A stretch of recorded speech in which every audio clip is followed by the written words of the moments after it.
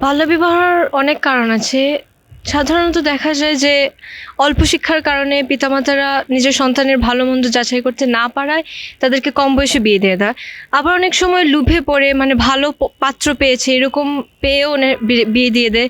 কিন্তু তার সন্তানের ভালো হবে কি না হবে, তার বয়স হয়েছে কিনা সেটা না দেখে ওনারা বিয়ে দিয়ে দেয়। যারা বাল্যবিবাহ দিয়ে দিতে চাচ্ছে অবশ্যই তারা অনেক অসচেতন। তো আমি তাদেরকে সচেতন করার চেষ্টা করব। সেক্ষেত্রে আমি সেখানের সেই এলাকার যিনি ক্ষমতাশালী আছেন বা যার কথা সবাই শুনবে, আমি তাকে নিয়ে যাব যাতে তিনি সবাইকে বুঝান। কারণ আমার কথা তো এমনিতেও তারা কেউ শুনবে না। তারপরেও যদি কাজ না আসে তাহলে তো আমাকে আইনের ব্যবস্থা নিতে হবে।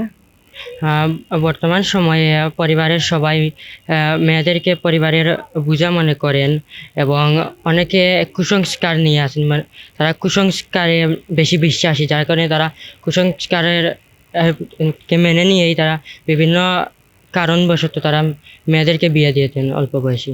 যারা এই ধরনের চিন্তা ধারণা করছে, আমরা প্রথমে তাকে বড় কাউকে নিয়ে বা ইউএনওর সাহায্য নিয়ে তাদেরকে বোঝানোর চেষ্টা করব। যদি তারা না বুঝেন আর বাল্যবিবাহ করতে বেশি আগ্রহী, তাহলে আমরা পরবর্তীতে আইনের ব্যবস্থা নিয়ে যেভাবেই হোক এটা বন্ধ করব। বাল্যবিয়ের অনেক কুফল আছে।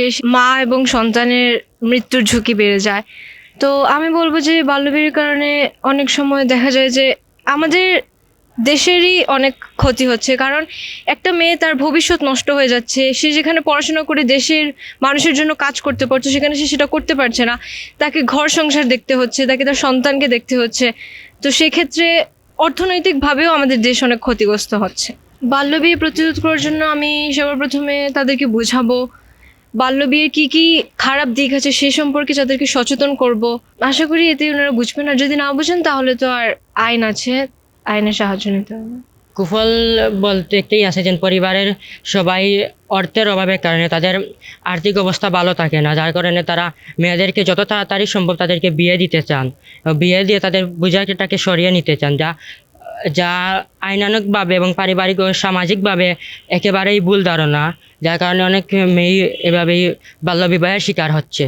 আমি তো প্রথমে সমাজের ঊর্ধ্বস্থানে যারা আছেন তাদেরকে নিয়ে প্রথমে এই যে জায়গায় বিয়ে হচ্ছে, যে বাড়িতে আমরা সেই জায়গায় যাব। জায়গায় গিয়ে প্রথমে আমরা যে পরিস্থিতি আছে তা পরিস্থিতিটা পর্যালোচনা করার পরে তারপরে আমরা এটা নিয়ে একটা ব্যবস্থা নেওয়ার চেষ্টা করব। প্রথমে ধরেন যে কাজী বিয়েটা পড়াবেন আমরা তাকে বোঝানোর চেষ্টা করব এবং বলবো যেন কাজী সাহেব বাল্যবিবাহ না করান। মানে এটা যদি করা হয় তাহলে ম্যাক্সিমাম বিয়ে অনেকটা কমে যাবে, বাল্য বিয়ে।